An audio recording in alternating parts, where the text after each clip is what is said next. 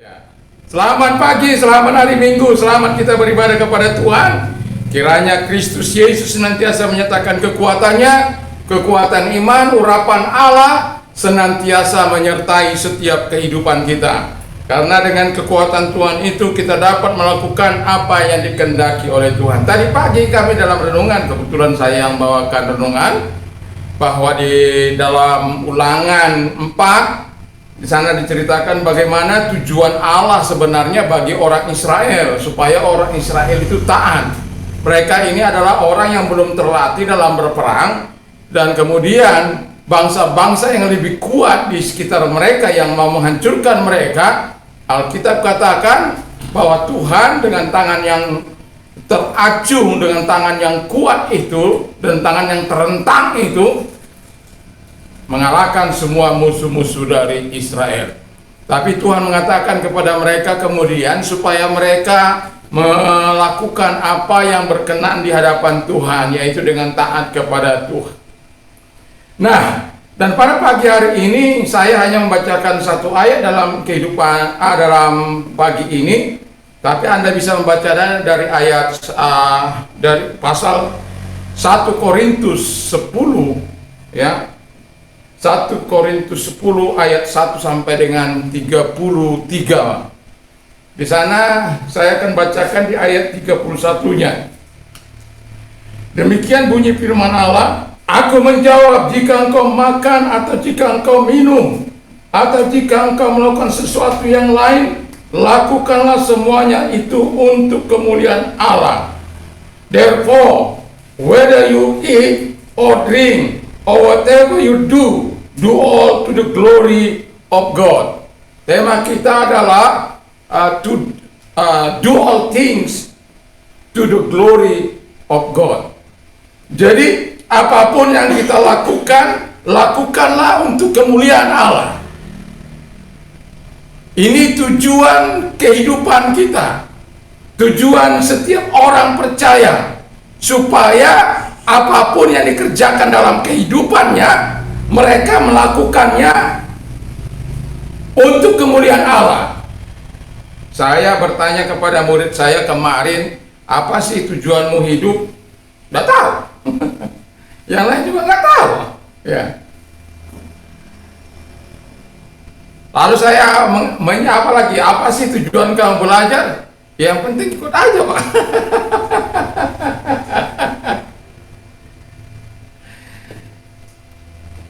Biasanya kalau orang sudah tidak punya tujuan, separuh dari kehidupannya itu sudah gagal. Lalu saya bilang kepada murid saya, apa sih tujuanmu belajar bahasa Inggris? Ya nggak tahu. Kalau saya bilang, kalau kamu mau mudah belajar bahasa, saya bilang bahasa ini, lakukanlah untuk bisa menolong orang lain. Ya. Lakukanlah untuk menolong orang lain, supaya Anda bisa menolong orang lain dalam kehidupan Anda. Saya sudah menerima, ketika saya waktu yang lalu belajar bahasa Jerman, saya sudah menerima uang dari orang Jerman. Ketika belajar ni hao ma wo hen hao chong na li lai wo chong na vien wo tong te wo cetao wo pu cetao. Saya sudah menerima uang dari orang Chinese, dari Cina. Ketika saya belajar bahasa Korea, ya, saya sudah terima dari orang Korea. Walaupun hanya tahu apa sarang hamnita.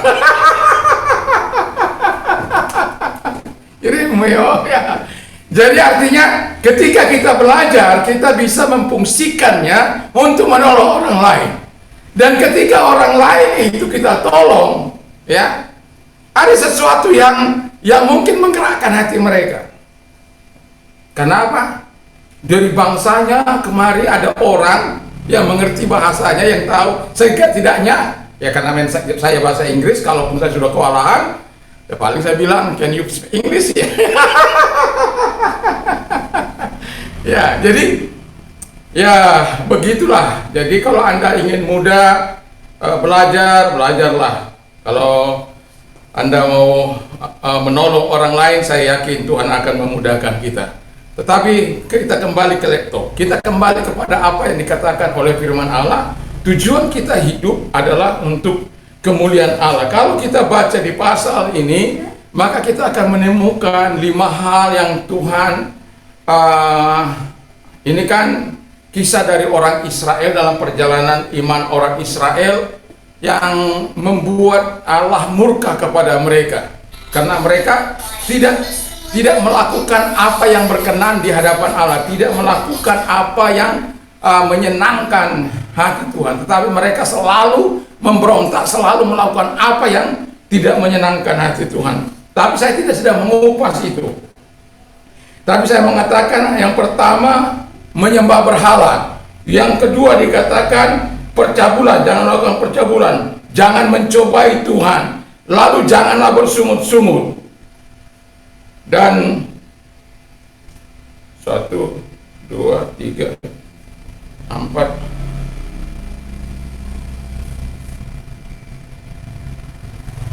Nah, tentang makanan, ya.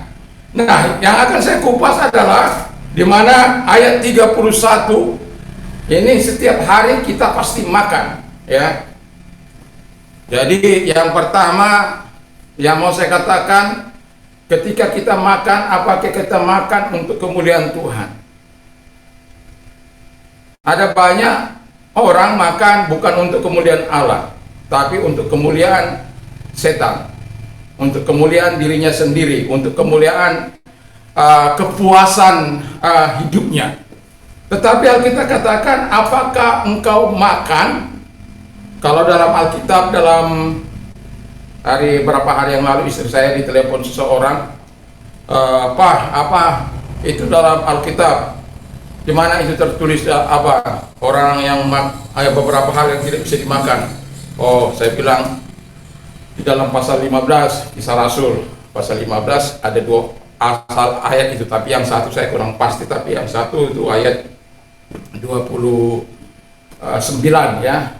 Nah, jadi 20 dia pasal itu ayat 20 15 sampai pasal Kisah Rasul 15 ayat 15 dan ayat 29. Di sana dikatakan bahwa orang-orang yang ketika mereka makan harus menghindari ini. Yang pertama dikatakan supaya menghindari makanan yang dipersembahkan kepada berhala, ya. Itu yang pertama. Lalu yang kedua, makanan yang mati dicekik, ya. Jadi darah tertahan itu tidak boleh kita makan. Makanya saya tidak pala suka makan burung darah di restoran. Biasanya yang saya dengar bahwa burung darah ketika dipencet aja ke apa baru dilakukan karena katanya lebih manis. Tapi saya tidak.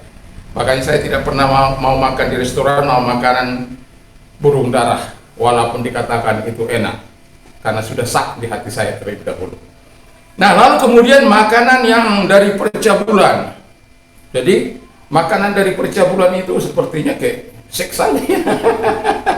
Jadi kalau kita lihat dalam kamus bahasa Indonesia, di sana cabul itu berarti tidak sesuai dengan aturan, juga kotor, juga keji.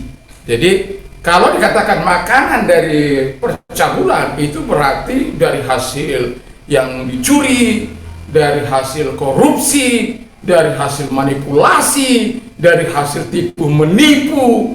Orang hanya untuk makan saja, tidak memberi kemuliaan kepada Allah, hanya untuk memuaskan perut mereka. Mereka rela menipu keluarganya, menipu dirinya sendiri, bahkan kalau bisa Tuhan pun ditipu. Jadi kalau dalam kehidupan kita dikatakan lakukanlah segala sesuatu untuk kemuliaan Tuhan. Apakah kita makan? Ketika kita makan, lakukan untuk kemuliaan Tuhan. Jadi kita sudah mulai berpikir bahwa makanan kita bukanlah hasil dari penipuan. Makanan yang kita akan asupkan. Ada seorang perwira polisi yang saya kenal, sekalipun orangnya beringas, ya istilahnya sangat to the point lah ya, tapi dia bilang begini sama saya, tapi saya yang umurnya sangat singkat ya. Jadi waktu itu dia berkata itu mayor ya. Jadi dia berkata kepada saya tahu Pak Pendeta, bahwa Pak Pendeta itu pastilah mengajar yang baik, yang benar ya. Terus kenapa saya bilang? Terus dia bilang, kita kan apapun yang kita lakukan ini kan untuk kemuliaan Tuhan. Iya. Lalu kenapa, saya katakan? Di posisi saya ini Pak Pendeta, dia bilang begitu. Di posisi saya ini, pada waktu itu mungkin dia orang nomor 3 lah di sini ya. Di Poli waktu itu masih. Jadi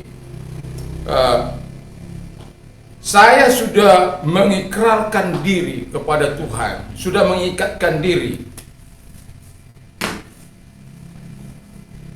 Ambil dulu itu.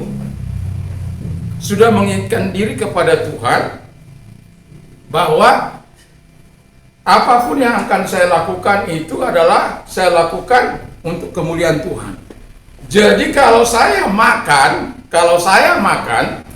apapun yang saya makan, itu saya akan hitung, ini hasil dari mana ini, ya. Ayahku makan ini hasilnya benar atau tidak gitu. Jadi kalau saya mendapatkan, saya berikan contoh ini, ya. Entah saya masih bisa nggak tahu ya. Semoga bisa. Jadi ini kan kalau begini kan akan jatuh, kalau saya lepaskan yang begini kan akan jatuh dia. Tapi ketika kita bersama dengan Tuhan, ada mungkin yang merencanakan, kan jatuh dia. Ada mungkin yang merencanakan, jadi kita akan tergelincir dengan luar biasa. Tetapi kalau kita bersama dengan Tuhan, kita akan tetap bisa terikat kepada Tuhan. Kalau ada pun rencana-rencana orang jahat, kita akan tetap terikat kepada Tuhan. Nah, di sini mau saya katakan dari Pak Perwira ini, saya katakan luar biasa iman Anda. Hebat iman Anda, dan lakukanlah terus. Karena apa? Ada banyak orang makan tidak memperhitungkan hasil itu dari mana. Ada orang makan tidak memperhitungkan itu dosa atau tidak. Ada orang makan untuk kemuliaan Allah atau tidak. Pada waktu sekum saya ada di Manado, ada di kumpulan mana itu saya kurang tapi saya mengingat kata-katanya. Mari kita makan sepuas-puasnya. Besok kita akan mati. Ya nggak apa, kalau kita besok mati ya makan saja, makan apa yang bisa kita makan. Apa iya? Alkitab mengatakan makan atau minum, tapi saya sedang mengatakan makan. Lakukanlah itu untuk kemuliaan Tuhan. Kalau tidak, satu kali kita akan diminta pertanggungjawaban. Anda tahu bahwa orang Israel ketika nggak ada bawang, nggak ada daging, ya, nggak ada daging ini. Marahnya sama Musa itu luar biasa. Marahnya sama Musa karena makanan saja, padahal mereka ada di padang gurun, dikeluarkan oleh Tuhan untuk menuju tanah perjanjian. Saking bejatnya moral, dan pada akhirnya melupakan Tuhan. Dan Alkitab katakan yang 20 tahun ke atas itu dibinasakan di padang gurun. Kerjanya itu hanya soal makanan, yang bersungut, minuman gak ada, yang bersungut-sungut. Nah, jadi yang mau saya katakan adalah do all for the glory of God. Do all to the glory of God. Jadi lakukan segala sesuatu untuk kemuliaan Allah. Baik kita makan, baik kita minum, lakukan untuk kemuliaan Allah. Lalu Yang kedua kata firman Allah, apa saja, apakah engkau makan atau minum, apakah engkau makan atau minum. Minum pun perlu untuk kemuliaan Tuhan. Anda lihat ya, kalau di kota kami ini ada banyak bar-bar yang ya bangun begitu luar biasa untuk happy, untuk senang-senang, berjoget. Berjoget ria sambil ada yang campur bir lah, ada yang campur ya bensin lah. Di rumah saya ada bensin.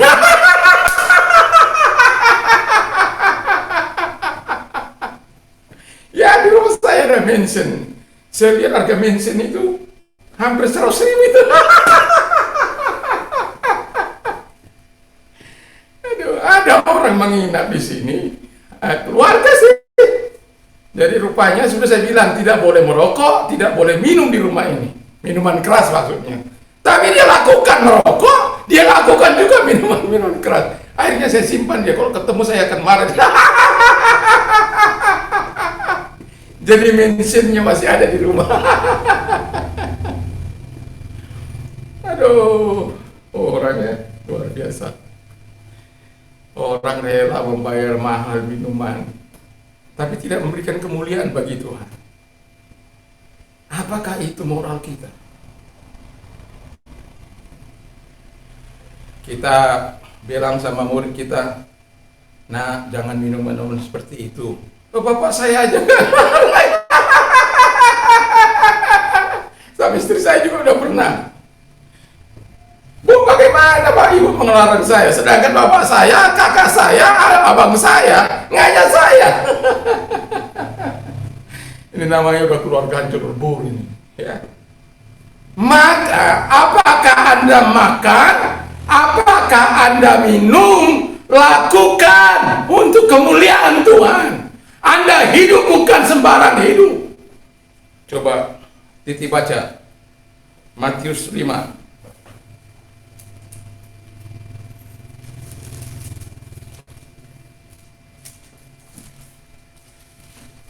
Matius 5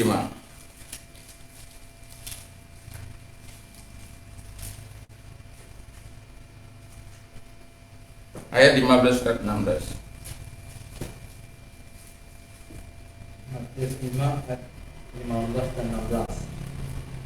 Lagi pula orang tidak menyalakan pelita lalu meletakkannya di bawah rantang, melainkan di atas kaki dian, sehingga menerangi semua orang di dalam rumah itu. Demikianlah hendaknya terangmu bercahaya di depan orang, supaya mereka melihat perbuatanmu yang baik dan memuliakan Bapamu yang di surga. Iya. Jadi kita sebagai anak-anak terang, Anda tidak dilarang pergi ke bar sana, ke pub sana, tidak dilarang. Yang dilarang adalah ketika Anda hidupnya dengan cara mereka. Ada banyak teman saya yang menginjili di bar-bar itu. Karena biasanya ada banyak masalah di situ. Dia masalah lari, ya.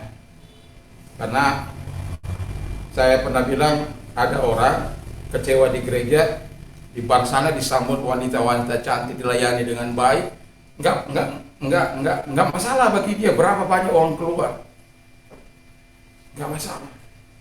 Ada teman saya itu dia tiap malam itu bisa menghabiskan jutaan hanya untuk minum. Anak-anak nggak diperdulikan, tapi teman-teman minumnya ya minum. Kadang-kala terjadi bentrokan yang begitu luar biasa, sampai lalu tangan. Kalau saya bilang lalu lapor aja sama polisi. Kok sulit ya begitu-begitu? Kalau kamu sudah apa begitu kan, kasih dia strike one gitu. Artinya dia tidak menyadari sebagai orang percaya sebenarnya bahwa istri itu adalah pasangan untuk menerima hidup atau kasih karunia dari Tuhan. Tidak boleh suami mukul istri atau istri mukul suami, itu tidak boleh. sama-sama hak menerima sebagai ahli waris dari surga apa yang akan diberikan Tuhan dari surga. Tapi dengan situasi kondisi karena makanan, karena minuman bisa. Nah, itu sebabnya firman Allah apa saja, apakah engkau makan, apakah engkau minum, lakukan bagi kemuliaan Allah. Karena tidak banyak orang sampai berpikir sejauh ini. Padahal setiap hari kita makan, setiap hari kita minum.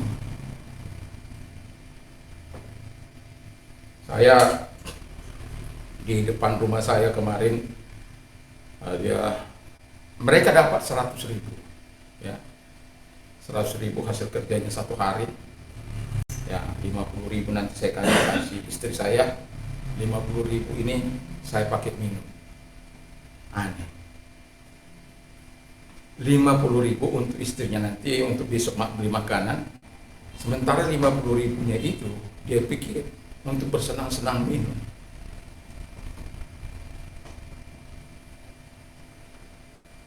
Karena mereka, kalau andai kata mereka berhenti di depan rumah saya itu, mungkin saya akan nimbrung gitu ya.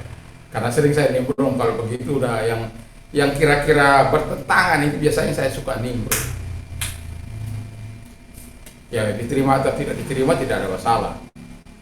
Ya. 50.000 untuk makan, 50.000 untuk minuman tua. Itu mungkin kira-kira, karena di sini ada teman saya yang sering minum, itu satu botol itu 15.000 Pak. Kira-kira 3 botol lah dia akan habiskan hanya untuk, padahal ada air yang sehat, air putih. Saya minum kopi, saya minum air putih. Apalagi kita sudah tua, ya perbanyaklah minum air putih supaya tubuh kita sehat, tubuh kita kuat, ya. Jadi sebenarnya kita sudah jelas mengatakan apa saja yang kita lakukan, lakukanlah untuk kemuliaan Tuhan.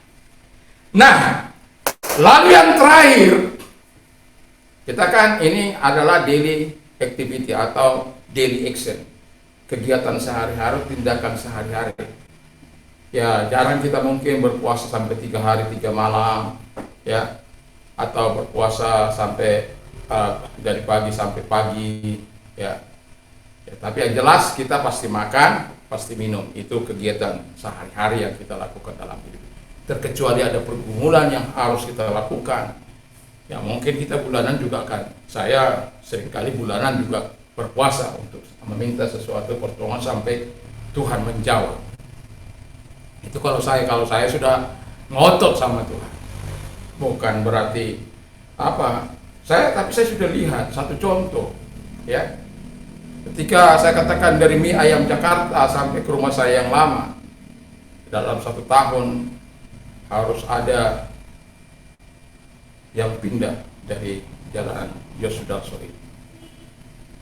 Lalu sampai salah seorang jemaat saya, bapak itu memaksakan kehendak bapak itu. Gak benar itu Pak Pendeta, salah itu. Terus kenapa? Loh, saya kan nggak bilang saya rampok. Saya kan bilang, Tuhan, saya minta salah satu tempat. Nah itu, tapi bagi saya itu, iman saya biasanya kalau sudah ada orang menentang, itu saya justru lebih kuat. Tapi kalau nggak ada yang menentang,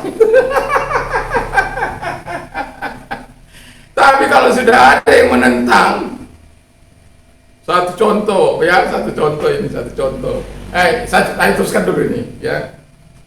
Karena apa saja yang kita lakukan, kita harus lakukan bagi kemuliaan Allah. Lalu saya katakan begini, kita lihat saja dalam 1 tahun ini. Kan 1 tahun. Apalagi dalam 1 tahun, Pak Pendeta memaksakan kehendak Tuhan. Memangnya Pak Pendeta yang atur tuh.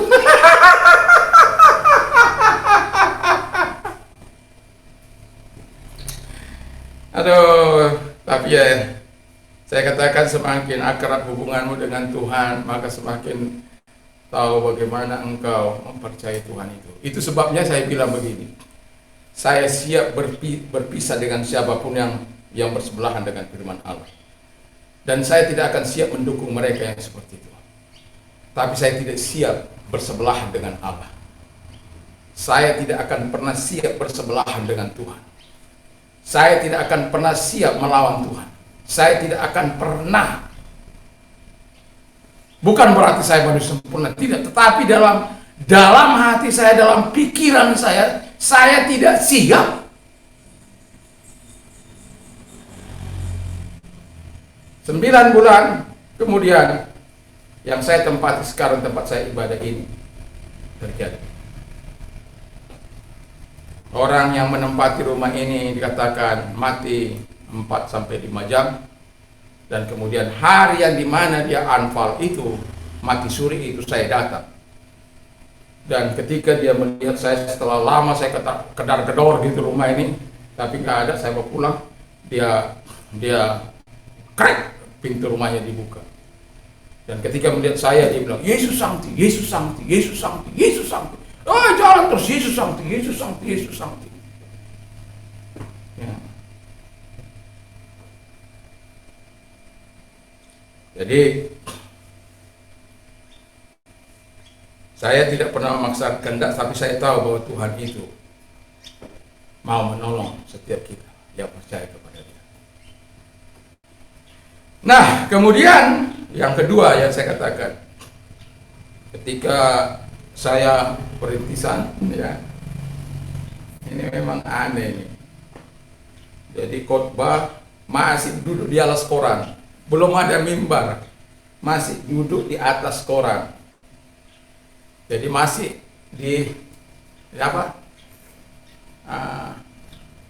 masih duduk beralasan koran lah, ya. Jadi namanya duduk di atas koran, lalu kemudian saya berkhotbah saya bilang, dalam 5 tahun kita punya 4 lokasi. Tahun ke-6 kita punya ini tahun ke-6 ini, gedung ini, ya. Ketika saya khotbah, salah seorang bilang begini, saya suka ya begitu. Salah seorang, Pak Pendeta, saya tidak siapa, gimana ya, tapi lihatlah kemampuan kita ini. Siapa kita ini, Pak Pendeta? Ada di sini, ada di sini.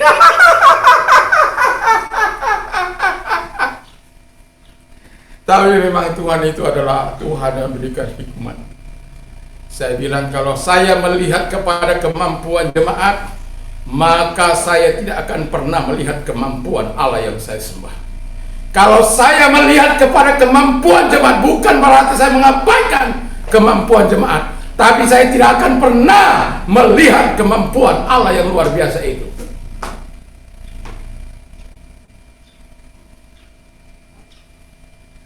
Dan Tuhan menyediakan itu semuanya. Walaupun pada waktu kerusuhan, satu karena kita keluar baju di badan satu demi satu, jadi kita harus relakan itu keluar. Sangat panjang, tapi mau saya katakan bahwa Tuhan bisa mengabulkan apa yang kita minta kepada Tuhan kalau itu kita betul-betul mengenal siapa Tuhan kita. Dan kita lakukan bukan untuk wawahnya kita, bukan, untuk kemuliaan Tuhan. Sebagai kesaksian bahwa Tuhan kita itu Tuhan yang hidup, Tuhan yang mulia. Sampai saya katakan kepada Anda, sampai ada pendeta, mohon maaf saya tidak akan sebut, pendeta Protestan yang akhirnya berubah dari Protestan kepada gereja Pentakosta. Hampir setiap hari dia datang menanyakan soal itu. Dan dia bisa saksikan.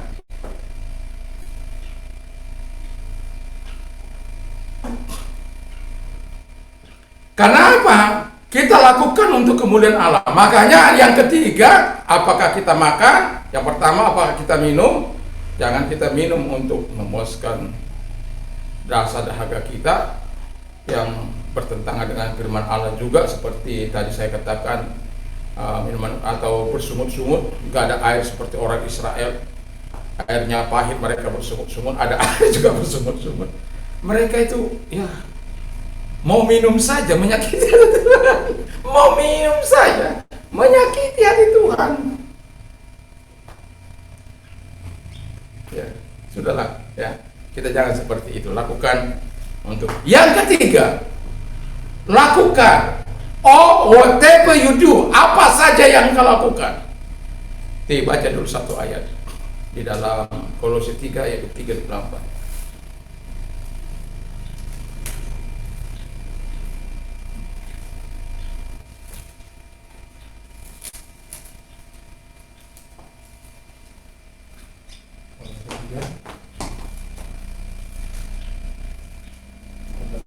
Ayat 3-4.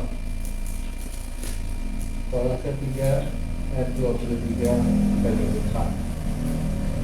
Apapun juga yang kamu perbuat, perbuatlah dengan segenap hatimu seperti untuk Tuhan dan bukan untuk manusia.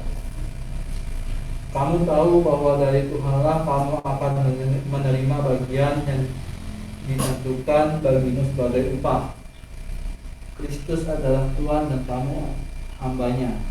Ya. Jadi puji Tuhan. Jadi kalau dalam bahasa Inggrisnya dikatakan, and whatever you do,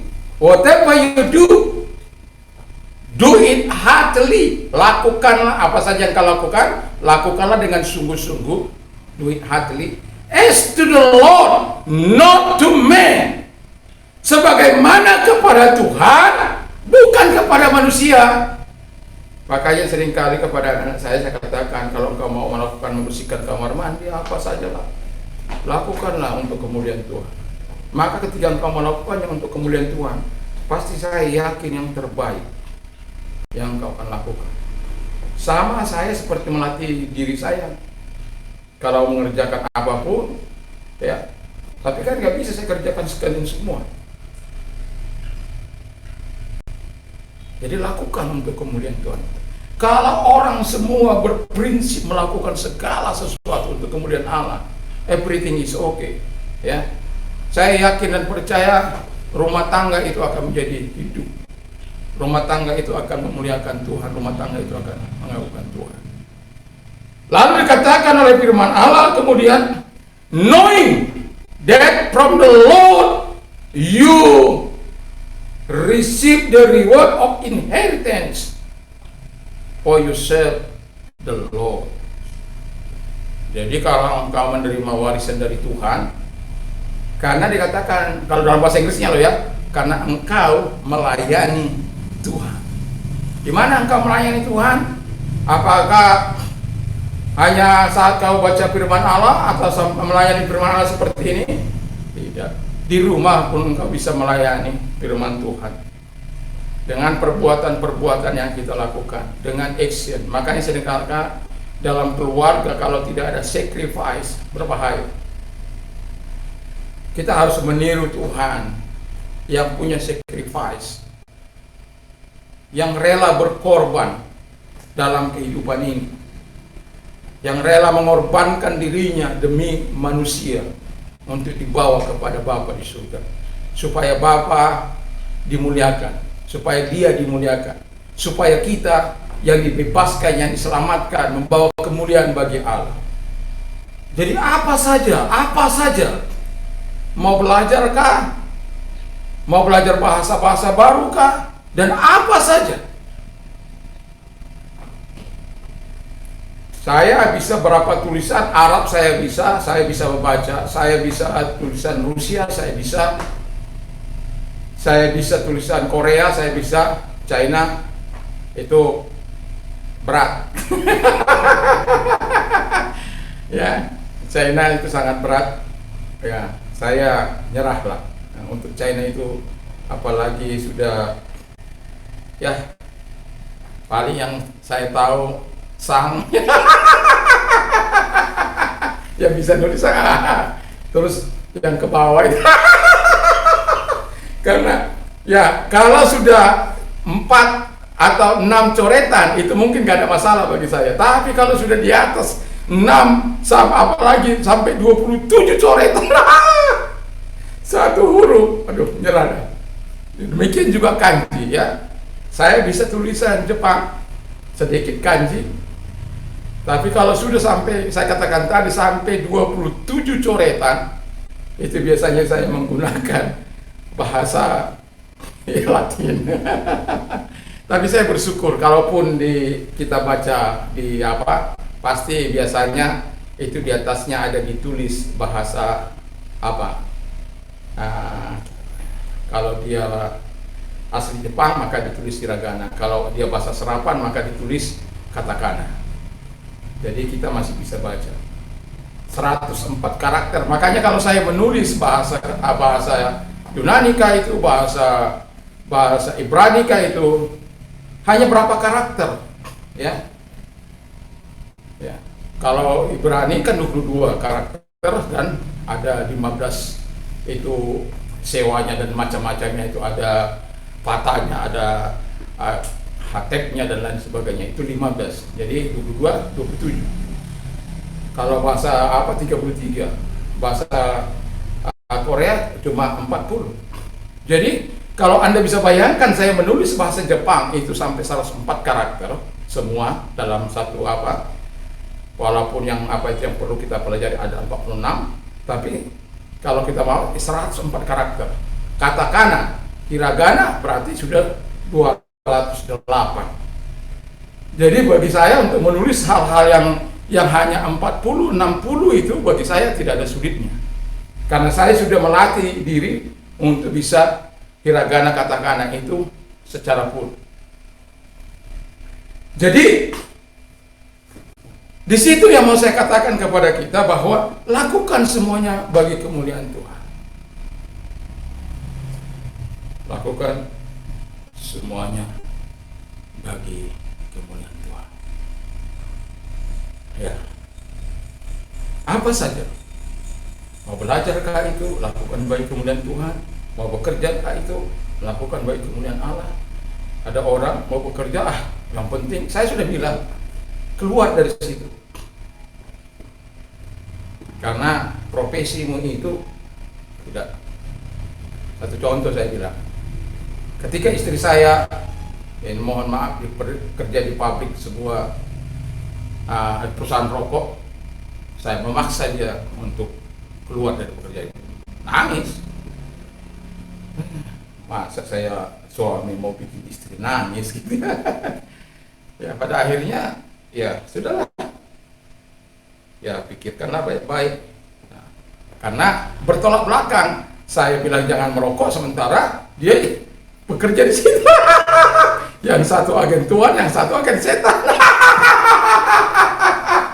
Maka ada satu jemaat saya bilang begini, kau agen setan. Dia marah sama saya. Dia protes, dia keluar dari gereja.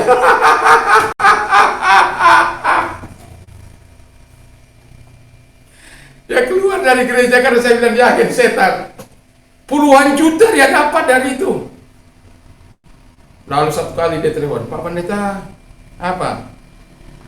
Boleh datang nggak kemari?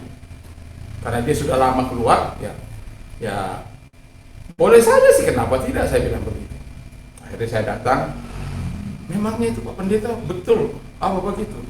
Loh, Anda coba ya pikirkan apa? Anda dapat untungnya orang lain menderita. Tapi kan bukan saya Pak Pendeta. Iya, bukan Anda, tapi Anda cukup menjadi penyalurnya. Saya bilang sama dia, saya garansikan kamu, puluhan juta kamu dapat. Kalau kamu tinggalkan itu, Tuhan akan gantikan jauh lebih baik. Anda yakin atau tidak? Itu kuncinya. Wah, istrinya marah-marah sama saya. Karena hilang. Akhirnya dia meninggalkan, dia tidak lagi jualan rokok. Dan Anda tahu, rukonya sekarang berapa? Usahanya begitu luar biasa. Nggak jual rokok itu. Ada banyak yang saya injili, orang-orang percaya yang apa? Oh, yang penting kan bukan saya. Tapi orang itu telah menikmati segala kebaikan Tuhan. Rukonya, rumahnya di mana-mana. Kurun waktu 10 sampai 15 tahun. Jadi kalau saya datang belanja ke sana, anytime saya belanja ke sana, itu harga pasti berapa dia beli akan segitu dia jual kepada saya. Kadang-kadang dikasih gratis lagi. Tapi saya enggak, makanya saya enggak sering ke situ. Jadi lakukan segala sesuatu untuk kemuliaan Allah. Berat? Ya mungkin berat. Tapi saya mau katakan kepada Anda, mungkin nggak ada pendeta yang berani mengatakan itu. Tapi saya sudah katakan kepada jemaat saya yang akhirnya dia keluar. Tapi pada akhirnya setelah dia melakukan, dia melihat hal yang terbaik. Dia bilang setelah kalau saya tidak melakukan seperti apa yang Pak Pendeta katakan, mungkin saya tidak bisa seperti ini. Saya dapat Pak Pendeta dari apa itu, tapi sakit saya juga di mana. Jadi nggak bisa ngumpul. Sakit ini, sakit itu.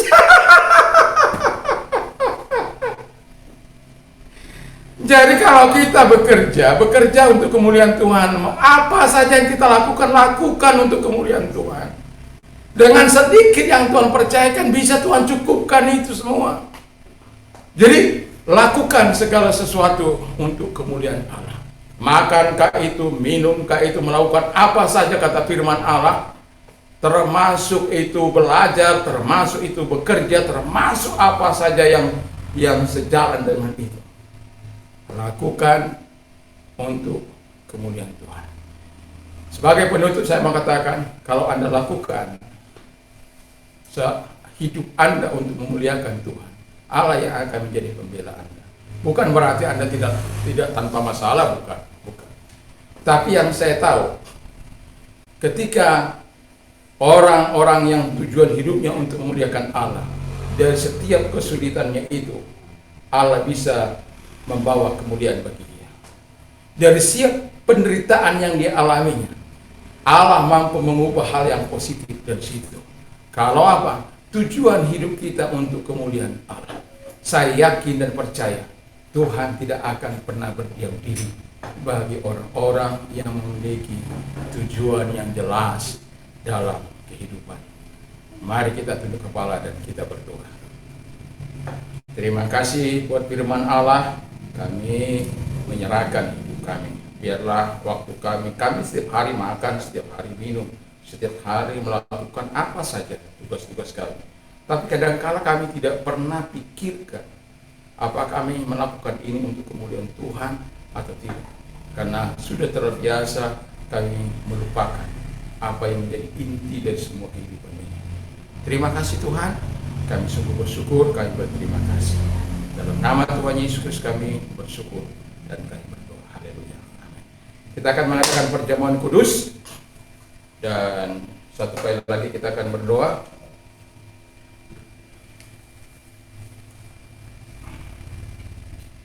Mari kita berdoa. Kami bersyukur, berterima kasih kepada Tuhan. Kami yakin dan kami percaya kepada-Mu Tuhan bahwa Engkau ada di tengah-tengah kami. Kami datang dengan iman kami, berterima kasih buat segala perbuatan Tuhan yang Kau lakukan dalam hidup kami. Kami sungguh Tuhan menyerahkan kehidupan kepada Tuhan. Kami melakukan perjamuan kudus ini sebagai peringatan kami. Ada banyak hal yang sudah kami terima dari Tuhan. Ampuni dosa dan kelemahan kekurangan kami, tidak kami lalai melihat tujuan hidup yang Kau berikan bagi kami, sehingga kami tidak memberikan kemuliaan bagi Tuhan. Terima kasih Bapak, kami sungguh bersyukur dan berterima kasih. Dalam nama Tuhan Yesus kami melakukan dengan iman yang tertuju kepada Engkau Bapa dalam Yesus Kristus. Haleluya. Kami lakukan dengan iman kami dan ucapan syukur. Amin. Kasih-Mu Bapakku, kasih-Mu Bapakku,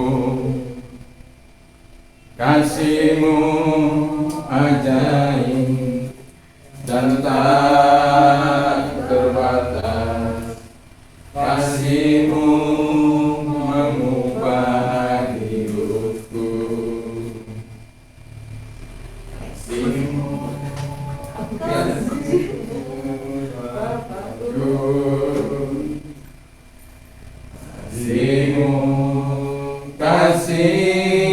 Bapakku, kasih-Mu ajaib dan tak terbatas. Kasih-Mu membuatku berarti. Terima kasih Bapakku, terima kasih Yesusku, terima kasih Roh Kudus yang baik. Aku ada karena kasih-Mu. Terima kasih Bapakku, terima kasih Yesusku, terima kasih Roh Kudus yang baik. Aku hidup karena kasih-Mu. Aku hidup karena kasih-Mu. Mari kita arahkan hati kita, pikiran kita, hidup kita bagi Tuhan. Apa yang kita lakukan ini juga untuk kemuliaan Tuhan, sehingga kita penuh penyerahan diri kepada Tuhan dan betul-betul iman kita tertaut kepada Tuhan, berpegang teguh sepenuhnya kepada Tuhan. Mari angkat roti di atas kepala kita. Dengarkan firman Allah. Pada waktu malam, waktu Ia diserahkan, Ia mengambil roti dan memecah-mecahkannya dan berkata, ini adalah tubuhku yang diserahkan bagi kamu. Perbuatlah ini setiap kali kamu makannya menjadi peringatan akan aku. Inilah tanda persekutuan kita kembali dengan Bapa di dalam nama Tuhan Yesus Kristus. Kita makan dalam nama Yesus.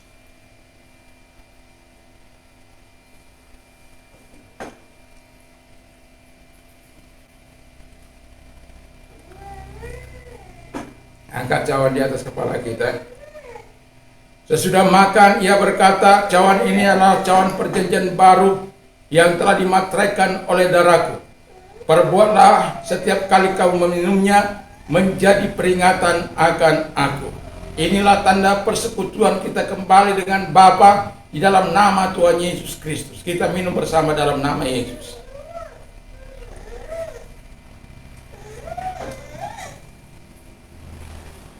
Terima kasih Tuhan, terima kasih. Kami bersyukur, kami berterima kasih kepada Bapa di surga. Kami bersyukur buat kebaikan Tuhan, buat kemurahan Tuhan. Dalam nama Tuhan Yesus Kristus.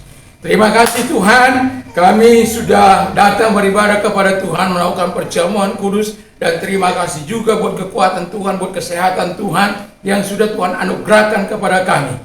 Kami tak lupa berdoa bagi pemerintah kami diberi kekuatan kesehatan dalam menjalankan roda pemerintahan ini, terutama presiden kami dan wakil presiden, para menteri diberkati, para gubernur, para bupati, wali kota, camat, lurah, RT RW, semuanya diberkati, stakeholder di daerah juga Tuhan berkati. Tuhan Bapa di surga, Tuhan tolong semuanya, sehingga semua kami memberikan kemuliaan bagi Bapa di surga. Lalukan dari hidup kami Bapa di surga menjadi radikal yang tidak benar, dengan mengata-ngatai orang, mencaci maki orang, menghina orang lain. Tapi biarkan kami Tuhan hidup untuk memuliakan Engkau, mengasihi sama kami, menghormati sama kami, walaupun kami beda agama, beda kulit, beda ras, beda suku dan lain sebagainya. Tapi kami satu di dalam penciptaan Tuhan yang Maha Kuasa. Di dalam nama Tuhan Yesus juga kami juga menjadi satu anak bangsa di negeri ini, sehingga sudah selayaknya kami saling menghargai, saling toleransi satu dengan yang lain. Terima kasih orang-orang muda, kami doakan supaya mereka orang-orang yang hebat, orang-orang yang Kau persiapkan untuk hidup benar dan kudus di hadapan Allah, dan mereka mempersiapkan diri mereka untuk Engkau pakai sebagai Sadrak, Mesak dan Abednego. Dan kami juga berdoa kalau ada orang-orang yang terlibat dalam bidang kegerakan rohani, Engkau membuat mereka seperti Samuel, Yesaya, Yeremia di dalam nama Tuhan Yesus Kristus. Dan kalau Engkau membuat orang-orang yang yang dengan tulus hati mau menolong. Engkau Allah menjadikan seperti Ayub dan lain sebagainya Bapa di surga. Kami doakan agar Engkau Allah menolong. Dan kami juga berdoa bagi orang-orang yang sakit. Hadir kepada mereka Tuhan. Kami tahu kuasa-Mu tetap hidup. Engkau tidak pernah berubah dahulu, sekarang, sampai selama-lamanya. Di tempat ini Engkau menjamah kalau ada di antara kami yang sakit. Dan di luar sana juga Tuhan, di dalam nama Tuhan Yesus, datang kepada mereka. Allah kami bukan Allah yang tuli, bukan Allah yang bisu, tetapi Allah yang hidup, Allah yang mendengar. Dan tumpangkan tangan atas mereka dan sembuhkan mereka yang di rumah sakit dimanapun mereka ada Tuhan. Tuhan menolong mereka. Sebanyak mereka yang datang kepada mempercayai Engkau, tolong mereka, sembuhkan mereka dalam nama Yesus. Terima kasih Tuhan. Diberikan kemuliaan, hormat, kemaksuran bagi Bapa di surga dalam nama Tuhan Yesus Kristus. Dan kami bersyukur setiap umat-Mu Tuhan diberkati oleh Bapa di surga. Kami semuanya kalau akan berpisah satu dengan yang lain, tapi kasih-Mu tetap mengikat kami dengan kasih Tuhan yang sangat dalam. Terima kasih. Sekarang pulanglah dengan membawa damai sejahtera daripada Tuhan Yesus Kristus, kecintaan Bapa dalam surga, persekutuan kuat kuasa Roh Kudus menyertai mulai saat ini sampai Maranatha, dalam nama Yesus. Tuhan Yesus memberkati. Amin.